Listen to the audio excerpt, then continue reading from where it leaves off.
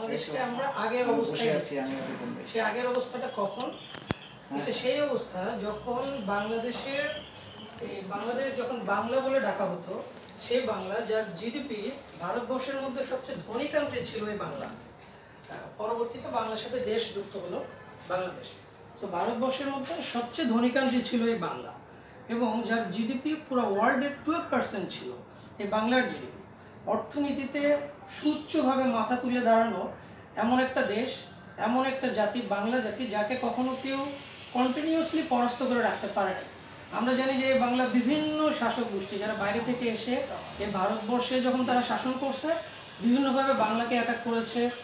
সাময়িকভাবে বাংলা কখনো বিভিন্ন জনের শাসনাধীন ছিল, কিন্তু প্রতি মুহূর্তে ক্ষণে ক্ষণে এই বাংলা থেকে বাংলার এই বীররা, বাংলার সন্তানরা, তারা ক্রমাগতভাবে বিদ্রোহ করে গেছে। আপনারা যদি ইতিহাস দেখেন, ইতিহাস এটাও ক্রমাগতভাবে বিদ্রোহ করে গেছে। বাংলাদেশ কখনোই কারো শাসনাবরণে এককভাবে খুব স্মুথলি থাকে না। এই জিনিসটা হয়েছে কখন? যখন বাংলাদেশে 1204 খ্রিস্টাব্দে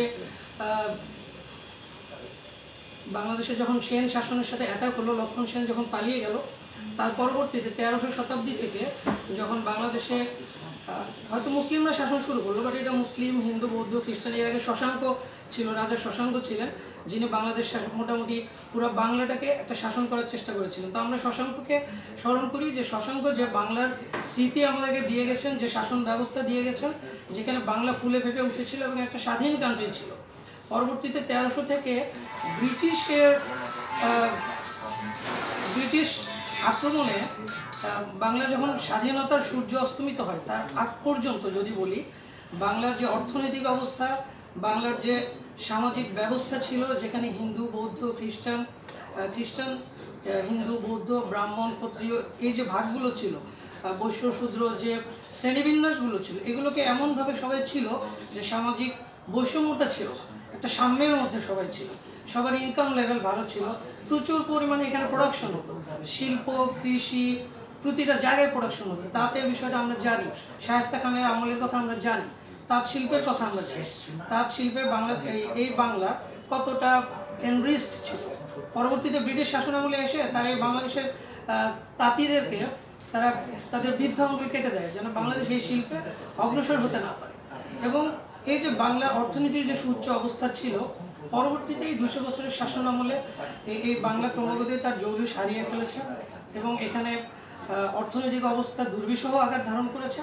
এখান থেকে মুক্তির যে প্রচেষ্টা 1947 সালে হলো, যে 47 সালে ভারতবর্ষ স্বাধীন হলো, বাংলাও তার মধ্যে ছিল, বাংলাও স্বাধীন হলো, কিন্তু বাংলা প্রকৃতপক্ষে স্বাধীন হয়নি।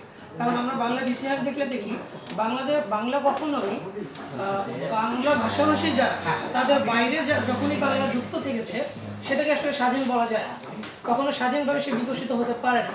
তাহলে বাংলা তখনই পেরেছে যখন পাকিস্তানের শাসন আমলে আবার যখন সেম ব্রিটিশের মতো সে নানানভাবে লাঞ্ছনা, বঞ্চনা এবং নির্যাতিত হয়েছে, তার অধিকার নিগৃহীত হয়েছে। এর পরবর্তীতে যখন এই বাংলা 1971 এসে আবার বাস্তবতার পরিপ্রেক্ষিতে এবং প্রেক্ষাপটে যখন বাংলাদেশ স্বাধীন হলো, আমরা স্বাধীন বাংলাদেশ পেলাম, এই টেরিটরি পেলাম, সেটা যে মূল ভিত্তিগুলো ছিল সাম্য, মানবিক মর্যাদা এবং সামাজিক ন্যায় বিচার। আমরা খুব অবাক হয়ে দেখেছি যে আজকে 2024-এ এসেও আমাদের যে আন্দোলন হলো, ছাত্র জনতার যে অভ্যুত্থান হলো, এখানে মেইন বিষয় ছিল এটাই, বৈষম্যমুক্ত বাংলাদেশ।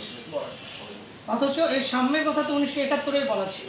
তার মানে এই যে 53 বছরের শাসন আমল বাংলাদেশে ছিল, গণতান্ত্রিক প্রক্রিয়ায় মাঝে মাঝে হয়তো সামরিক অভ্যুত্থান ছিল, বাট মোটা দাগে যখন গণতান্ত্রিক প্রক্রিয়া শুরু হলো, এই 53 বছরে বাংলাদেশ তার সৃষ্টির যে কারণ, সেই কারণ এনশিওর করতে পারেনি। এখনও সেই বৈষম্য একইভাবে রয়ে গেছে। মাঝখান থেকে বাংলাদেশ এই যে টেরিটরি, এই যে আয়তন, সে একটা রাষ্ট্র, এই রাষ্ট্র হিসেবে সে 53 বছর হারিয়ে ফেলেছে। এই জন্য আমরা কেমন বাংলাদেশ চাই? আমরা এমন বাংলাদেশ চাই যেখানে কোনো ফেক বলে আমাদের কাছে বলা হবে না, এবং অ্যাকচুয়ালি যে সাম্য, মানবিক মর্যাদা, সামাজিক ন্যায় বিচার যার ভিত্তিতে 1971 হয়েছে, ঠিক সেইটারই বাস্তবায়ন আমরা চাই। এবং